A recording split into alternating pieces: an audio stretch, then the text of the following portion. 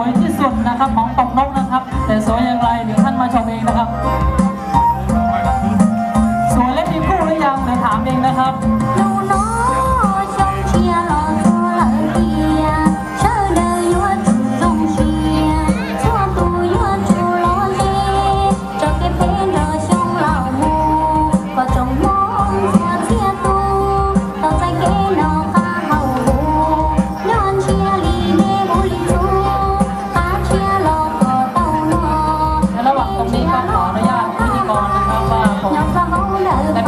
ร่วมนะครับจะขอพรีเซนต์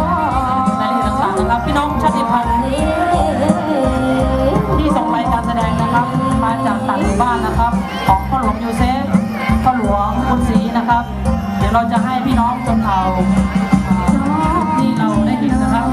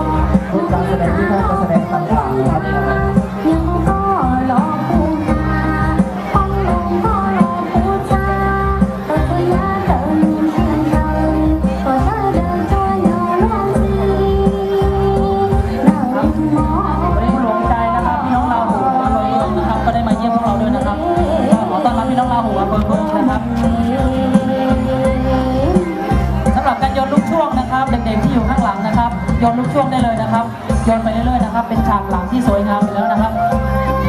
ส่วนการแสดงนะครับเพลงต่างๆนะครับช่วงก่อนเที่ยงนี้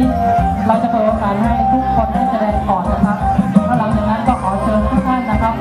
ไปร่วมรับประทานอาหารกลางวันกับพวกเรานะครับส่วนผู้หลักผู้ใหญ่นะครับก็คงจะขอใช้ลานตรงนี้เลยนะครับจะได้ไม่ต้องเสียเวลาลุกไปไหนมาไหนนะครับจบไปนะครับชุดการแสดงของแม่บ้านหมู่6โป่งโน้นนะครับขอเสียงปรบมือดังๆอีก1ครั้งนะครับครับปีนี้คึกคืนเลยนะครับปีนี้ขอบพระคุณทุกเสียงปรบมือนะครับแล้วยังเหลือพี่น้องชนเผ่าอีกมาก